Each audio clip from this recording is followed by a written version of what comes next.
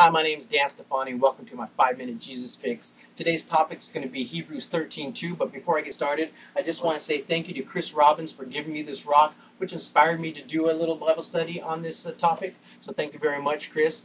This is going to be fast and furious, so if you like my notes on this subject, feel free to email me at 5minutejesusfix@yahoo.com, and I'll be glad to shoot you over a PDF file so maybe you can do your own study on this topic. Okay, it's going to be quick, so put your ears on. Here we go. Hebrews 13:2. Do not neglect to show hospitality to strangers, for some have entertained angels without knowing it. Okay, on the surface this sounds a bit Twilight Zone-ish. We tend to look past the first part of this verse and focus in on the possibility of that stranger being an angel. Okay, we're going to break this down into two parts. The first is telling us to show hospitality to strangers. Not just show, but for us not to neglect or forget.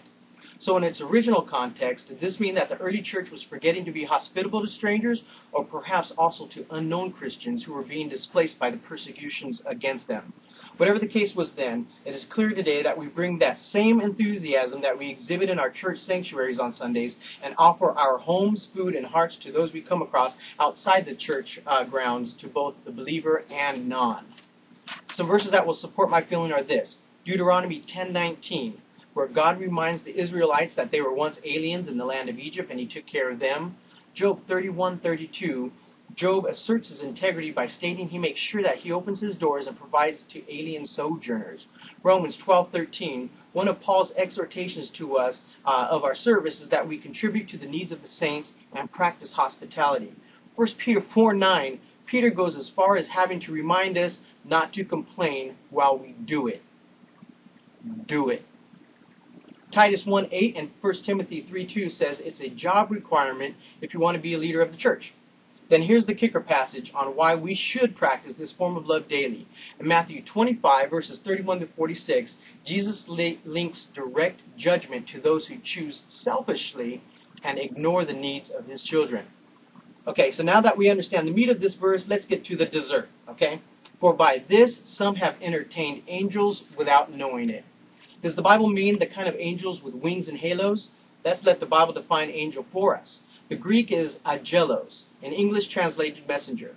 Now let's see how many of our angels/messengers don the feathery wings and golden halos. We'll start in Genesis 18:1 where we see Abraham chilling on his porch. He spots 3 men and immediately offers some down-home southern Canaan hospitality. There's no mention of wings or halos, but these messengers did promise the old man a son and apparently shared a joke with Sarah. Same book, the next chapter, we find Abraham's nephew Lot, people watching in the gate area of Sodom. He sees his angels/messengers/men and starts offering food, lodging, and complimentary foot washes to his guests. Okay, here's your 5-minute Jesus Fix challenge. The next time you invite guests over to your pad, ask to wash their feet and see what kind of reaction you get from them. BTW, verse 5 may prove that these angels were handsome, but definitely without wings or halos. In the end, Lot gets blessed by the eventual sparing of his life and from his disobedient wife. We do get a brief description of an angel of the Lord from Manoah's wife, woman. In the book of Judges, chapter 13, when in verse 6, she states he looks like a man, he has the appearance of an angel, and was awesome, or the Hebrew word yareh, which means having a reverent fear of God.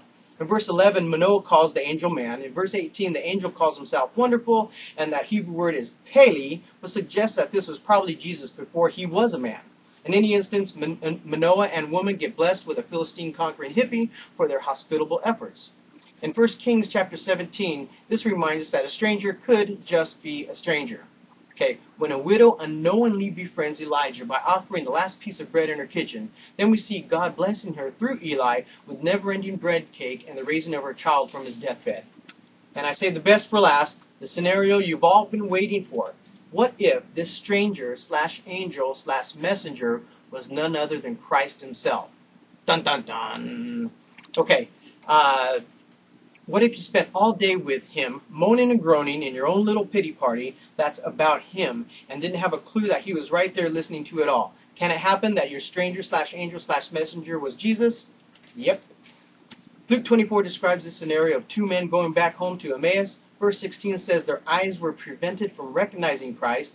15 verses later, and a whole lot of foot in the mouth for dinner, Christ allows them to see him, and before they could wash the last bit of their toes down with a glass of wine, Jesus vanishes, just as they were probably about to apologize.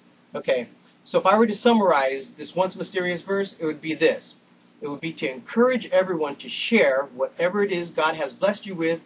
Please do it without complaining. It's our duty, and there will be a message in it for everyone, you and whoever you're helping. Thank you so much. We'll see you next week.